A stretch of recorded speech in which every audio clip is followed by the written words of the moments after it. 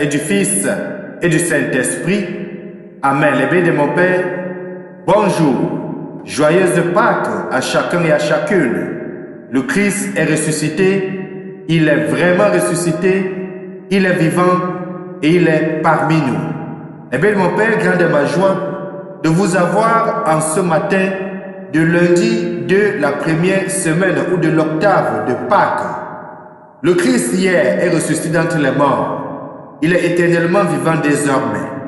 J'imagine que chacun de nous avons passé une excellente période festive. J'imagine que le Triduum pascal, nous l'avons célébré avec beaucoup de ferveur. En commençant par le jeudi, nous avons célébré la dernière scène où le Christ a lavé le pied de ses apôtres, où le Christ s'est abaissé et a montré le chemin que celui qui veut être premier doit être au service des autres. Celui qui doit être en autorité doit être en autorité de service auprès de ses frères et sœurs. Et c'est le chemin qu'il avait tracé, mais aussi, lors de la dernière scène, le Christ a institué l'Eucharistie et par là a institué le ministère ordonné, le ministère des prêtres, pour que les prêtres devant le peuple de Dieu puissent continuer à rendre présent l'Eucharistie. Ensuite, nous sommes entrés le vendredi saint dans ce que nous appelons la passion du Christ, où le Christ est entré à Jérusalem de façon triomphale, où Christ a été jugé tant chez Caïphe que chez Hérode, ou chez Pilate, où Pilate l'a condamné à mort pratiquement en relâchant Barabbas selon ce qui était prévu dans la loi des Juifs pour le jour d'une grande fête, le jour de la fête de Pâques, qu'un prisonnier soit relâché. C'est ainsi que le Christ va connaître la mort sur la croix, mais lors de sa mort, même le soldat romain qui était là a affirmé quelque chose de beau. Vraiment, celui-ci était fils de Dieu. Est-ce que nous sommes capables aujourd'hui d'affirmer que Jésus est vraiment fils de Dieu, vu tout ce qu'il fait dans notre vie, vu tout ce qu'il accomplit pour chacun de nous? Et hier, samedi, avant-hier samedi, nous sommes allés dans la veillée pascale, où dans la nuit, nous avons écouté les textes allant de la création, en passant par le passage du peuple juif dans le désert, la traversée à pied de la mer pour entrer dans la terre promise. Et puis, nous sommes entrés aussi dans les textes de la résurrection de notre Seigneur Jésus-Christ, où la tombe était vide, où le tombeau était vide. Nous avons tous chanté « Gloire à Dieu, Gloria, le Christ est vivant et Alléluia ». Ensuite, les bénis de mon Père, hier dimanche, nous avons célébré le jour de Pâques, où nous avons eu 3 textes. Le premier texte était tiré dans les Actes des Apôtres, où Saint Pierre affirmait très clairement la résurrection de notre Seigneur Jésus-Christ, ce Jésus qui, au milieu du peuple, faisait du bien, à qui on a condamné justement, et ce Jésus qui a été cloué sur la croix, mais qui est éternellement vivant, va nous dire Saint Pierre. Ensuite, Saint Paul, dans la deuxième lecture, va nous demander justement que si le Christ est ressuscité, il fait partie du ciel, il nous invitait chacun et chacune à chercher ce qui est du ciel, d'avoir le détachement, mais de chercher ce qui nous amène à la résurrection, en d'autres termes, de chercher notre Rédempteur. Et dans l'Évangile, nous avons vu Pierre et Jean, qui sont allés être des témoins oculaires auprès du tombeau où le Christ avait été mis, où Pierre va arriver, va entrer, toujours Pierre le premier, lors de préséance, lui qui avait été choisi du vivant de Jésus pour présider à la fraternité, à la collégialité des fonctions des apôtres, dont le successeur aujourd'hui, c'est le pape qui continue à œuvrer pour la collégialité épiscopale. Ainsi, Jean va entrer après Pierre, il va voir et il va croire. Et là, ils vont se rappeler que le Christ avait dit que le 3e jour, il ressuscitera. Eh bien, de mon Père, j'espère que notre Seigneur Jésus-Christ a ressuscité avec chacun de nous et il nous revient chacun et chacune aujourd'hui de devenir son disciple, c'est-à-dire celui qui se met à la suite du Christ, mais surtout, nous sommes appelés chacun et chacune à devenir disciples missionnaires.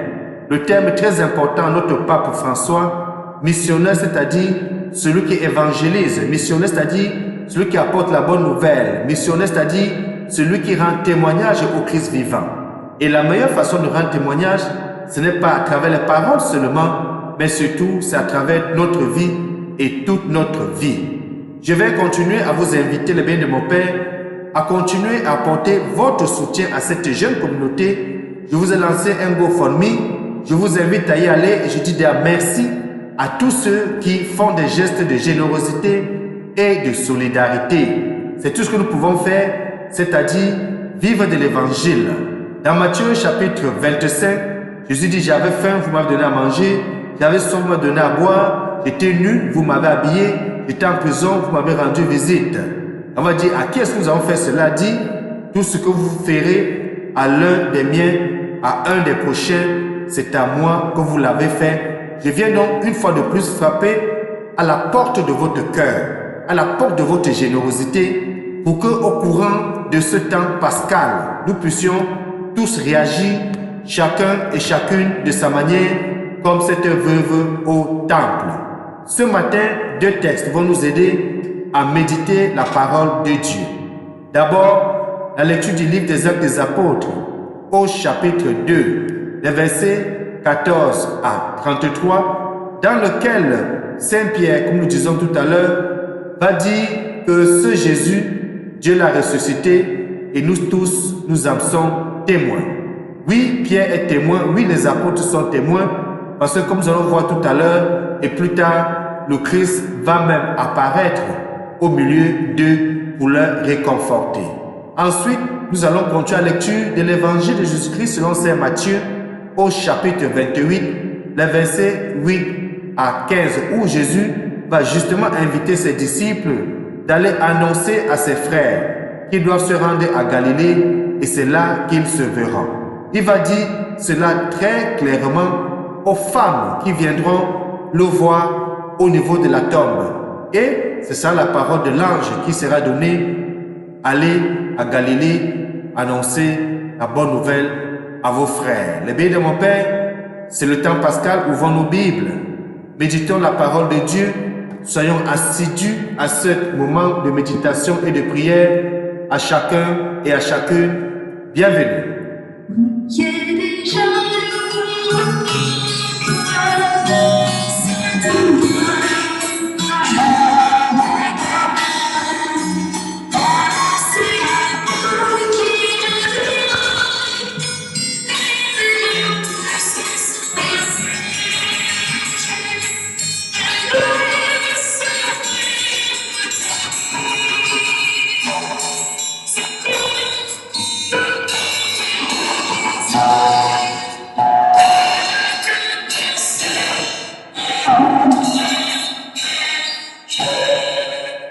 Tournons-nous vers l'Éternel des armées, les bénis de mon Père, et prions.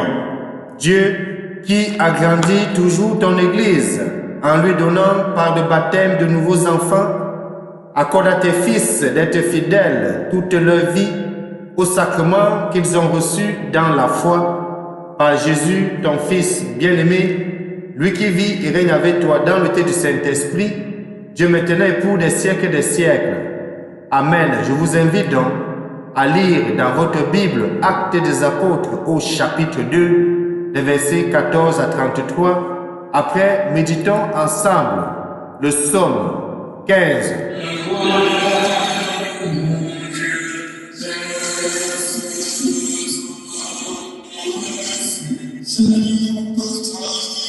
Évangile de Jésus-Christ selon Saint Matthieu au chapitre 28, les versets 8 à 15.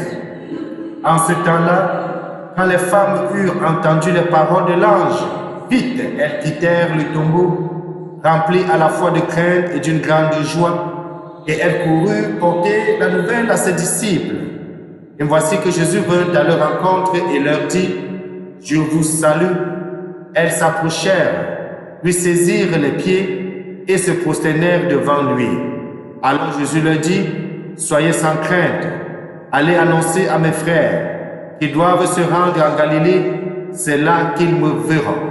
Tandis qu'elles étaient en chemin, quelques-uns des gardes allèrent en ville annoncer au grand prêtre tout ce qui s'était passé. Ceux-ci, après s'être réunis avec les anciens et avoir tenu conseil, donnèrent aux soldats une forte somme en disant, voici ce que vous direz, ces disciples sont venus voler le corps la nuit pendant que nous dormions. Et si tout cela vient aux oreilles du gouverneur, nous lui expliquerons la chose durant tout en nuit. Les soldats prirent l'argent et suivirent les instructions. Et cette explication s'est propagée chez les Juifs jusqu'à aujourd'hui. Acclamons la parole de Dieu. Louange à toi, Seigneur Jésus-Christ.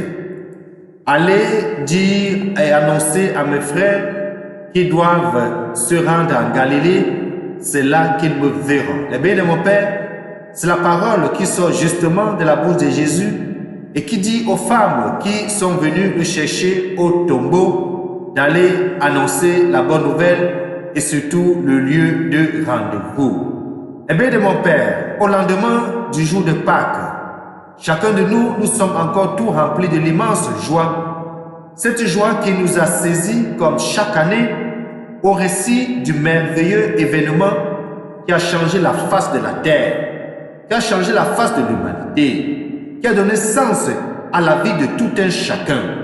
Et nous relisons inlassablement tous les récits, trop peu nombreux à notre insatiable curiosité de la résurrection du Seigneur. Eh bien, mon Père, à vrai dire, il n'y a pas de récit de l'événement lui-même, mais seulement du constat que font les femmes et les apôtres qu'il est bel et bien ressuscité des morts. Cela est bien à comprendre. Il n'y a aucun texte qui décrit explicitement, clairement, qui nous donne comment le Christ est ressuscité. Mais nous avons plutôt des textes qui font témoignage, qui font le constat de la résurrection de notre Seigneur Jésus-Christ. C'est que la résurrection, comme la création, échappe à l'histoire, échappe à l'homme. Elle échappe infiniment et au regard et surtout à la compréhension humaine. Les saintes femmes restent muettes pour nous dire l'évangile. Elles n'ont pas de mots pour dire ce dont elles sont témoins. Quant aux malheureux soldats de fin de l'évangile, eux qui étaient payés pour veiller, les voilà mieux payés encore pour dire qu'ils dormaient. Fameux témoins qui n'ont ni vu ni entendu. Et c'est ainsi que notre société le plus souvent fonctionne, dans la corruption, dans la démagogie, dans le mensonge, dans la diffamation, dans la déformation. Oui, de telle attitude est à condamner, de telle attitude est à dénoncer. Si toi qui m'écoutes, moi qui te parle, si dans notre vie, nous sommes comme ces soldats, prêts à proférer de mensonges pour des gains personnels, que cette résurrection de nous convertir. La réalité échappe ces soldats. Ils en sont réduits à lancer une rumeur, comme nous avons l'habitude de le faire. Peu importe, il y aura toujours des négateurs, même de ce qui est. Mais les bénis de mon Père, nous sommes avec les saintes femmes, surprises au jaillissement du petit matin, bouleversées par le vide du tombeau, stoppées dans leur élan par le salut du ressuscité. Ces femmes qui déjà aimaient en Jésus l'aiment maintenant d'un amour transfiguré, d'un amour que rien ni personne ne pourra leur enlever. Nous l'aimons aussi de cet amour-là. Chacun de nous aimons Jésus, le vivant, le ressuscité, notre Rédempteur. Et qu'il nous bénisse et nous garde, lui qui est Père, Fils et Saint-Esprit. Amen. Bonjour. Crie de joie, Christ est ressuscité.